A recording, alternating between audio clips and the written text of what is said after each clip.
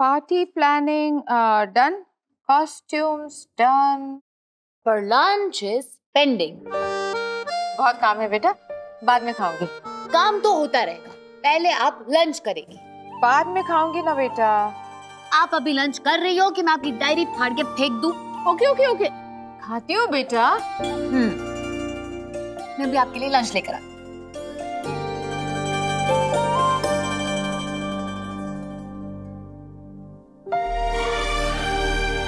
भाभी, मैंने गुनगुन को इतना खुश पहले कभी नहीं देखा। ये सब आपके आने का कमाल है। मैं सच में बहुत खुश हूँ कि आपके और गुनगुन के बीच सब अच्छा हो गया। भगवान करे तुम्हारे और आकृति के बीच में भी सब कुछ अच्छा हो जाए। आकृति से याद आया, तुमने उसे इनवाइट किया? फोन किया था पर उसने उठाया नहीं। मैं आकृति को फोन करती हूँ, आप खाइए।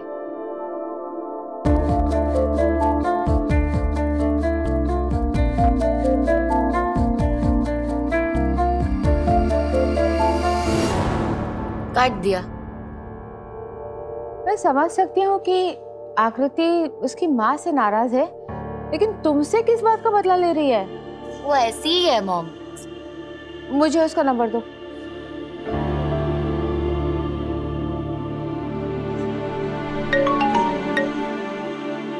हेलो हेलो आकृति, मुझे फोन किया तो मैं ही होंगी ना।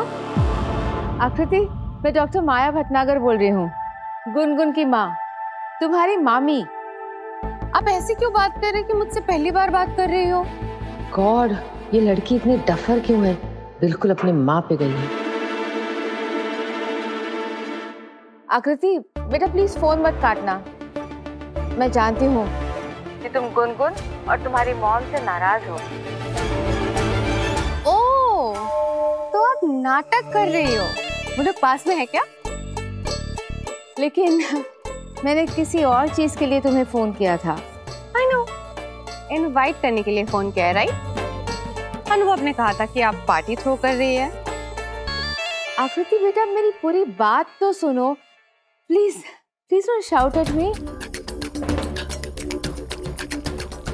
Mind blowing, Oscar winning acting मामी। आकृति तुम मेरे साथ ऐसे क्यों बात कर रही हो? प्लीज ट्रस्ट मी, मैं तुम्हारी मॉम के कहने पे फोन नहीं कर रही हूँ। इनफैक्ट मैं तुम्हें इनवाइट कर रही थी पार्टी के लिए। Hello hello. मामी ने फोन क्यों काट दिया? आकृति ने फोन काट दिया। आई टोल्ड यू कि वो नहीं आएगी पार्टी में, उल्टा आपके साथ भी मिसबिहेव करेगी।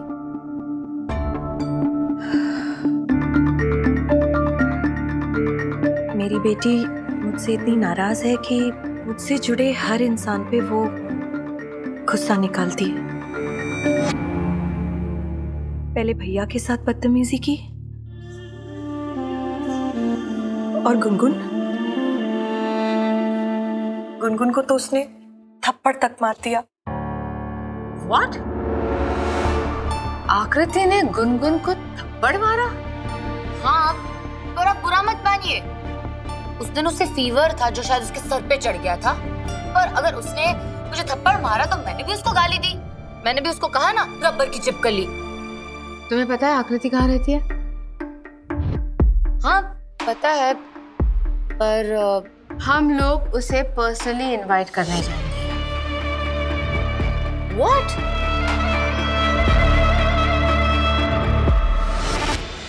अरे समधी जी, अंकित और खुशी तो रहेंगे ही, लेकिन हम आपको भी छोड़ेंगे नहीं। देखिए, शादी की सारी रस्में पार्टी के बाद तो होंगी और उसमें तो आपको रहना ही है, लेकिन आपको इस पार्टी में भी जरूर आना है, और वो भी सह परिवार। जी बड़े पापा, अगर आप धीरे भी बात करेंगे ना तब भी अंकल तक आपकी आवाज पहुंच जाएगी। बेटा, हमारे पिताजी कहा करते थे कि शोर मचाने से दुख रूठ जाता है और चुप रहने से खुशियां रूठ जाती हैं। अब तुम ही बताओ, हम खुशी को कैसे रूठने दें? और फिर समधी जी तक हमारी भावनाएं तो पहुंचनी चाहिए ना। जी बड़े पापा। आपने बिल्कुल सही कहा समधी जी। जी। तो आप हमारी भावनाओं को समझ गए ना? अच्छी तरह से। तो बस आपको उनका मान रखना है और पार्टी में जरूर आना है। जी समधी जी, हम लोग जरूर आएंगे। तो चलिए परसों मिलते हैं पार्टी में, फिर आपको हमारे नए समधियों से भी तो मिलवाना है ना। आप बिल्कुल चिंता मत कीजिए, हम आपसे पहले ही पहुंच जाएंगे। अच्छा फोन रखते हैं, नमस्कार। नमस्ते। जी नमस्ते। अरे सुनो सुनो सुनो, अरे सुनंदा जी, भाई सुन रहा है कोई? अरे कहाँ हो गया है, बतलाइए ना, काहे सारा घर सर पे उठा रखे हैं? अरे हमने नीति और अंकित के घर वालों को न्योता दे दिया है, किसी और को पार्टी का न्योता देना है क्या? और कौन रह गया? हमारी गोली ने शादी नहीं किया और रसिका ने शादी के बाद रिश्ता ही तोड़ दिया। अच्छा ये हमारी शादी नहीं हुई, वरना परिवार से ज्यादा समधी होते, और सारे समधियों को अगर पार्टी में लेके जाते तो गुनगुन की मम्मी तो देखकर ही बेहोश हो जाती। बिल्कुल सही कह रही है गोली दीदी, हमारे घर में 13 लोग रहते हैं, ये सुनकर तो उनके होश ही उड़ गए थे। सोचने वाली बात है ना, लेकिन वो काफी साल अकेली रही है, इसीलिए ज्यादा लोगों ने भीड़ लगती है। ऐसी कोनो बात नहीं है, दरअसल उस दिन ना बहुत गर्मी थी, गर्मी उनके सर पे चढ़ गई होगी बस। अरे वाह, आम हमारे फेवरेट। ऐसी कौन सी खाने की चीज है जो तेरी फेवरेट नहीं है? डांट।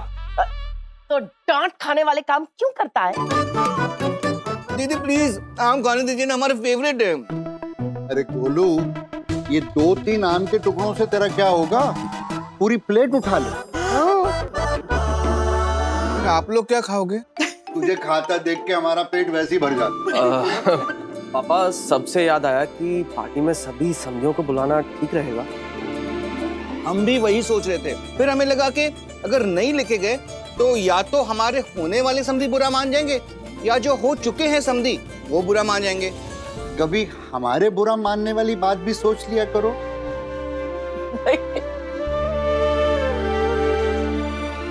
ये लीजिए। धन्यवाद। पापा, अभी जमाना बदल चुका है, पहले शादियों में दूर दूर के रिश्तेदारों को बुला लेते थे, लेकिन अब सिर्फ करीब के रिश्तेदारों को डेस्टिनेशन वेडिंग पे ले जाने का ट्रेंड है।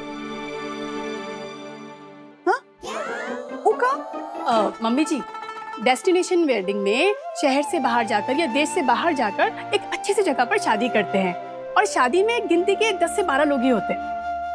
ऐसा हमारे जमाने में तो इतने लोग चप्पल छुपाई में होते थे।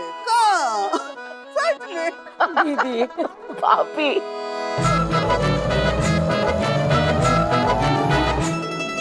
I'm telling you मॉम, बैल के सामने बीन बजाने का फायदा है, पर आखिरी से बात करने का कोई फायदा नहीं। बैल के आगे नहीं, भैंस के आगे बीन बजाना।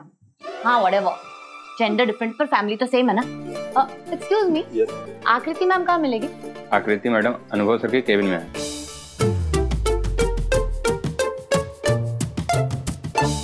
अनुभव सर किसी काम से बाहर गए हैं। Okay, mom let's go. Come in.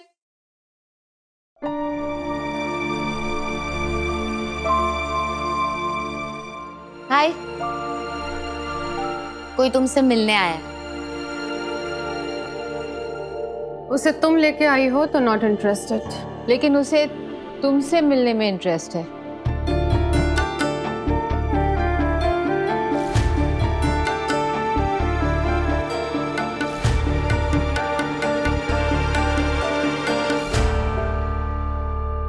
Who is she? ये मेरी मॉम है, तुम्हें पार्टी में इनवाइट करने के लिए आई है। क्यों? जब अपनी माँ से कोई रिश्ता नहीं है तो उनके रिश्तेदारों से क्यों रिश्ता निभाना?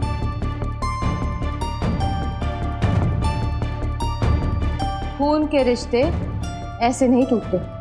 खून के रिश्ते अगर छोड़े जा सकते तो तोड़े भी जा सकते हैं। मैं भी गुनगुन को छोड़ के चली गई थी, लेकिन इसने मुझे अपनी गलती सुधारने का मौका दिया। तुम भी गरिमा को। मैं आपकी बेटी जैसी नहीं हूँ और ना बनना चाहती हूँ। इनफैक्ट इसकी जैसी कोई भी नहीं बनना चाहेगी। इसके जैसा मतलब?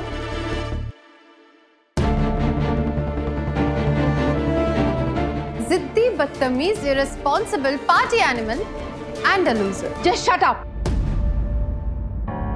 तुम होती कौन हो मेरी बेटी को जज करने वाली? तुम अपनी माँ से नाराज हो तो तुम अपना गुस्सा इस पर निकालोगी? You know what? In fact, you should be thankful कि सब कुछ हो जाने के बावजूद भी मैं तुम्हें पार्टी के लिए इनवाइट करने आई हूँ। तुमने गुनगुन पे हाथ उठाया था ना, दोबारा नजर भी उठा के देखी ना, ऐसा कस के थप्पड़ मारूंगी ना कि थप्पड़ एक गाल पे पड़ेगा और निशान दूसरी गाल पर। You understand?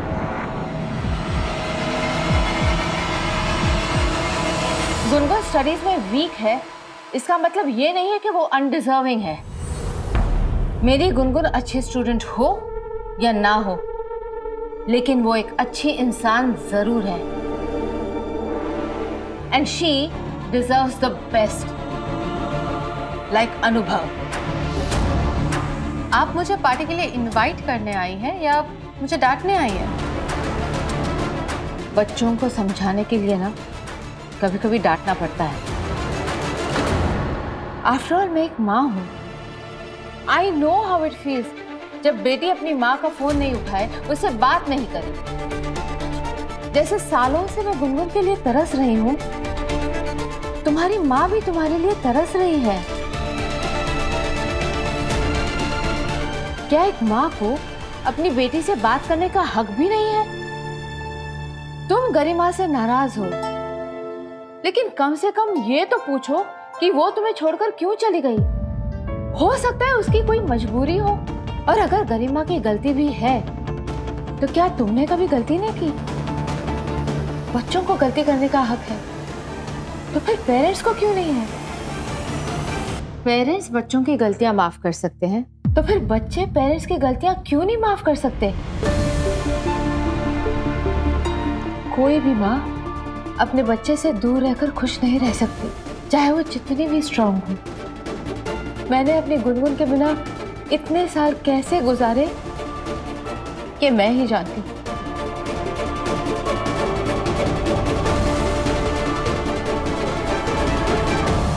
लगता है गुनगुन की मॉम जेन्युइनली अपनी गलती सुधारना चाहती हैं। हम सब की लाइफ में बहुत कुछ हो चुका है आकृति। अब हमारे ऊपर है कि हम उसे याद करके रोते रहें या भूलकर आगे बढ़े। मैं चाहती हूँ तुम गरिमा को एक चांस दो, इसलिए तुम्हें पार्टी में इनवाइट करने आई हूँ।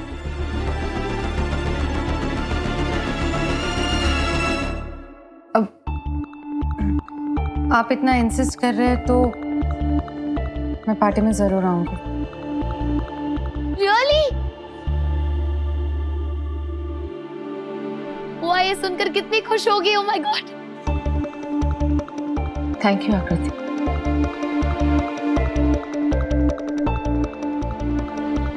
बाय।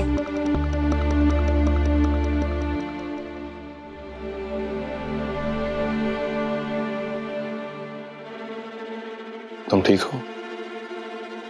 ये दिखावा क्यों? जब मिसेस भटनागर मुझे यहाँ डांट रही थी, तब तो आप वहाँ चुपचाप खड़े होकर सुन रहे थे। ले देखे बस ये दोस्ती बची थी हमारे बीच में, आपने उसकी भी इज्जत नहीं रखी। देखो आकृति सक्सेना, मैंने तुमसे पहले भी कहा हुआ है कि मैं किसी की पर्सनल मैटर में इंटरफियर नहीं करता। और अगर तुम्हें मिसेस भटनागर के डांटने से इतनी प्रॉब्लम है तो तुमने पार्टी में जाने के लिए हाँ क्यों कहा? मामी ने जो कहा उसके बाद मैं कैसे मना करती? प्लीज तुम किसी से कन्विंस हो जाओ, उन लोगों में से नहीं हो तुम। So tell me the real reason. See, आप मुझे कितनी अच्छी तरह समझते हैं। Yes, you are right. मैंने मिसेस भटनागर की इमोशनल स्पीच से कन्विंस होके पार्टी में जाने के लिए हाँ नहीं कहा। मैंने आपकी वजह से हाँ कहा है। मेरी वजह से? हाँ, मैं ये देखना चाहती हूँ कि आप अपने फैसले से कितना खुश हैं। भले ही आप पार्टी में सबके सामने हंस ले, लेकिन आपकी आंखें झूठ नहीं बोल पाएगी। मैं वहां पे रहूंगी और कॉन्स्टेंटली आपके सामने आपको रिमाइंड कराते रहूंगी कि आपने क्या पाने के लिए क्या खोया है, कितने घाटे का सौदा किया।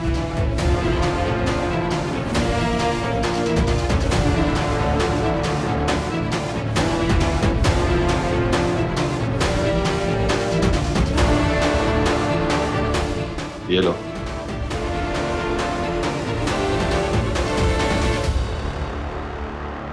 देखो, तुम्हें ये सब करने की कोई जरूरत नहीं है।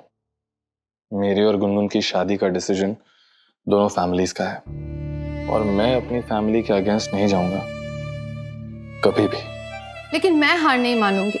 अगर ये शादी टूटने का चांसेस 0.0001% भी है ना, फिर भी मैं उम्मीद नहीं छोड़ूंगी।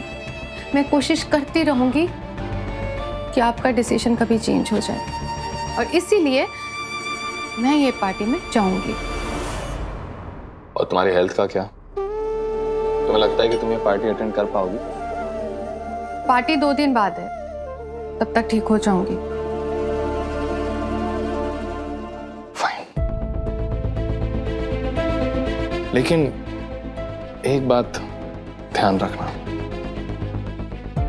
मुझे लगता है गुनगुन की मॉम जेन्युइनली तुम्हारी और तुम्हारी मॉम की मिसअंडरस्टैंडिंग दूर करवाने की कोशिश कर रही हैं, तो उस बारे में भी सोचना।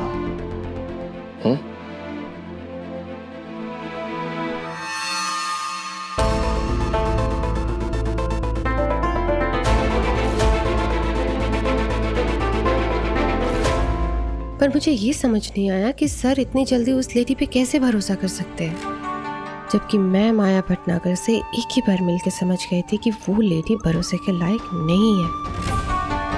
पर मुझे ये समझ नहीं आया कि आज उन्होंने मुझे सच में डांटा कि डांटने का नाटक किया।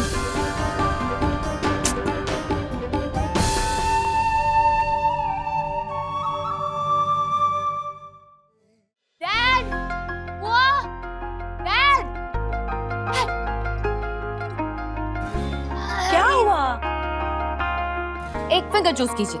बेटा, मैं तो कभी भी करेक्ट फिंगर चूज नहीं करता हूँ, तुम बुआ से कराओ। जल्दी। परफेक्ट। मैं पहले गुड न्यूज आपको सुनाऊंगी, फिर आपको। तो मैं क्या बाहर जाके खड़ा हो जाऊं? नहीं, मैंने ऐसा तो नहीं कहा। तो तुमने फिंगर चूज करने के लिए क्यों कहा? My bad. Anyway, good news सुनिए। आकृति ने पार्टी में आने के लिए हाँ कह दी। सच? तू मजाक तो नहीं कर रही है ना? मैं आपके साथ ऐसा मजाक कर सकती हूँ क्या? वो मैं और मॉम आकृति के इंस्टीट्यूट गए थे ना, मॉम ने आकृति को खूब सुनाया। मॉम की डांट ने वो काम कर दिया जो आपका प्यार नहीं कर पाया। मॉम ने इतना डांटा कि डांट सुनने के बाद आकृति पार्टी में आने के लिए मान गई। ये तो सच में कमाल की खबर है। लेकिन पक्का वो आएगी ना? उसने ऐसे ही तो नहीं बोल दिया? मेरे बारे में कुछ कहा था? उसकी नाराजगी कम हुई क्या? उसने तुझे कुछ कहा? वो मुझसे बात करेगी या नहीं? ऐसा कुछ उसने कहा तो नहीं है, पर वो पार्टी में आ रही है तो ऑब्वियसली आपसे मिलेगी भी और आपसे बात भी करेगी। देखना बू, आकृति पहले पार्टी में आएगी, फिर इस घर में आएगी, फिर हमारी फैमिली में। भाई, मुझे तो लगा था ये इम्पॉसिबल पॉसिबल हो ही नहीं सकता, बट माया ने ये कर दिखाया। माया है कहाँ? अब बस आ ही रही हो। भाभी का ये एहसान मैं जिंदगी भर नहीं भूल सकती। ऑनेस्टली मैंने सोचा नहीं था कि माया गरिमा के लिए इतने एफर्ट्स लेगी। जब इंसान अकेला रहता है ना, तो उसे हर रिश्ते की वैल्यू समझ में आती है। मैं इतने सालों से अकेले रह रही थी, तब जाके मुझे मेरी बेटी और मेरी फैमिली की कदर समझ आई। एंड आई एम श्योर कि जैसा मैं फील कर रही हूँ, वैसे आकृति भी फील कर रही होगी। मैंने तो बस उसे रियलाइज करवाया। थैंक यू भाभी। आकृति को मनाकर आपने मुझ पर बहुत बड़ा एहसान किया है। नहीं गरिमा, मैंने कोई एहसान नहीं किया है। मैंने तो सिर्फ अपनी जिम्मेदारी निभाई है। After all we are family.